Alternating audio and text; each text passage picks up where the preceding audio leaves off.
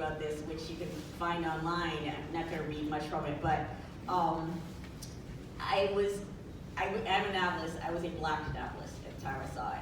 My last book came out in 2011. I had been working on this and that and the other, and nothing was working.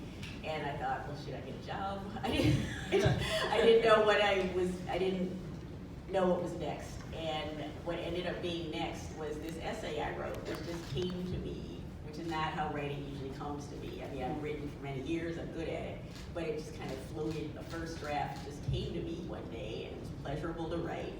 And that, again, it wasn't immediate, but that was the first successful writing I'd done in some time.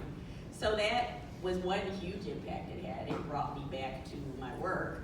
And then, it's a longer story that I won't tell here, but I'll tell you after, but a bunch of things happened that led me to decide to go to graduate school at Brooklyn College in playwriting, and really start to investigate a second kind of writing career. I should also say I'm in my late 50s. I'll just say I'm 59.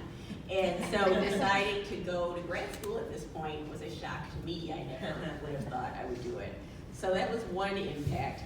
I've also taught, I met all these cool people via Twitter and via life. What else did I do? I've taught classes on it a few times. I have a fiction lecture on it, and I did one of the craziest things I've ever done, which is on the very last minute, almost a year to the day, I went to Puerto Rico for less than 24 hours and saw it in PR. That was also nuts, because I just never do anything like that. So that's, yeah. It made you into a Hamilton, right? What? Hamilton made you into a little bit of a Hamilton. Oh yeah, I guess so. Yeah. No, because I definitely went for it. Yeah. So there's more, but I'll stop there. Oh goodness, impact on my life. What is my life now? I'm sitting on a panel at Broadway Con talking about how much I love this musical. What is that, right? Like, that's part of the impact. I think to think about it in little pockets, it gave me a connection to my stepson. We put on the first few tracks, and we would sing it driving down the road, not because he requested it, but because I was obsessed with it. But after a couple of times, he was singing with me, and it was one wonderful way to connect with him. Also, for me, it was the inspiration to do the thing that I wanted to do. Like the drive of Hamilton, who just had to do the thing that he was obsessed with and he was focused on, gave me the courage, or helped give me the courage to do that. And then also, for me, it was seeing myself in that reflection of the constant, like, I'm not a half in, half out sort of person. I'm all in. It's just 100% on. Either I'm dancing all the time or I'm not dancing at all.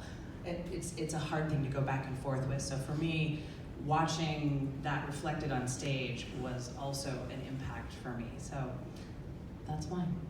Yeah, and in all its ineloquence. I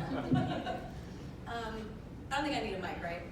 Okay, you guys can hear me. Just in case anyone's hearing it here. Absolutely, thank you very much. That's why I asked. So I guess I have a lot of answers to this, and I guess one, like the superficial answer, is I've been able to see the show in Puerto Rico and Chicago and all these different places, and I've gotten to meet and spend very quality time with actors and dancers and creatives and people who I truly admire, sound people.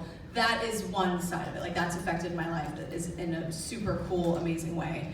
But something also is like that this led me to being able to be a podcaster full time, because it led me to a friendship with Patrick Hines, and now we have True Crime Obsessed, and that's my job, and that's my life. And so the Havelcast will last forever because, thank you. The Havelcast will go on forever because it's an onion, and like Lynn is still learning things about the show and like choreography that Andy put into it. So like it'll be here forever. I'll never have ads. It feeds me in a certain way. But now I can say I'm a podcaster, and now Mike has a podcast, and Michael reads sketches into microphones because I know how to do this now. And so, producing that for him.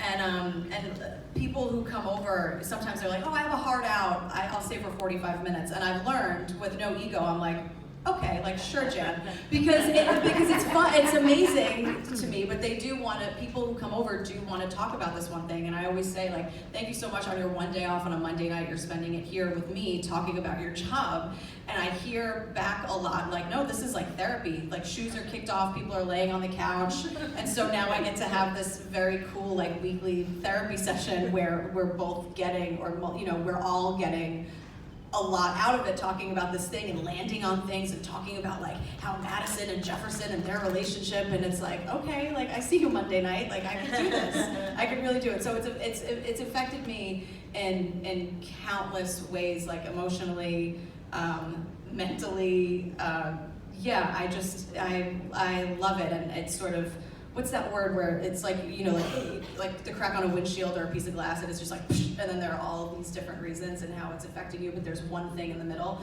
and the thing in the middle is the show. Wow. Along with, personal life changes, either they fall apart or they get better, that come with being in a hit show of the decade that's never really closing. Most all of it is a good effect. I think Lynn used to do the Hamilton lottery I think it was it was outside, and then you would start doing it inside, and it started getting colder, and you would do ham for ham. Yeah. Why can't I remember? Yeah, ham for ham. So it was just a little like pre-show that he would do for people who were entering the lottery, and he would start doing it on YouTube. And so when I joined the cast, he needed another little act, and so he was like, does anybody want to do a little skit with me for the ham for ham? And I said, oh, well, what if, because I know that he dated a Filipina before, so he knows the Filipino culture, and I'm Filipino. So I said, well, what if we did like 10 dual commandments, but in Tagalog, which is the language in the Philippines? And he said, yes, absolutely. So it was like, isa, dalawa, tatlo, like we would literally say instead of the number 1, number 2. And so we rehearsed it, and the way he opened the video was, please welcome the first Filipino cast member, Carla Garcia. I mean, he literally just threw that away and just said it really casually. But the moment he said that, it was like hordes and hordes of attention from people in the Philippines, people, young girls who were dancers around the country who had ties to Filipino culture, who I was able to inspire, and just, to see me in that light and on this scale. To me, I had gotten the job as a dancer, and I'm in a show. Like, that's my sister's funny. She's like, you didn't do anything. You just got the job. Why are you this like leader of the, But I mean, that's what the show does. Is it puts you in this light. And because he had said that, I'm like, oh my gosh, yeah, that is amazing, and I'm so proud to be able to have that title and hopefully inspire. So that was one thing, and I was able to for the past 4 years, like just speak at different panels of Asian American performing interest groups, and anything that kind of is in that realm, and that really made me proud and happy to be a part of. I think that in terms of my beliefs and just what the show stands for, I've never been a part of a show where it just rang so true to what I was taught and what was instilled in me as a young child. Equality and diversity, female empowerment. And 2 moments that I really felt this was being a part of the, having done it with the original cast, was the day after the election, was one, where we all kind of got together and kind of spoke of how we felt. I mean, we had a matinee the next day. It wasn't even like a night show. We barely had time to recover from the night before. And so hearing those, I was on that day too. It's not a swing, so I'm not on all the time, but I was on for the day after the election. And to hear Anthony Ramos say, raise a glass to freedom, something that will never take away, right?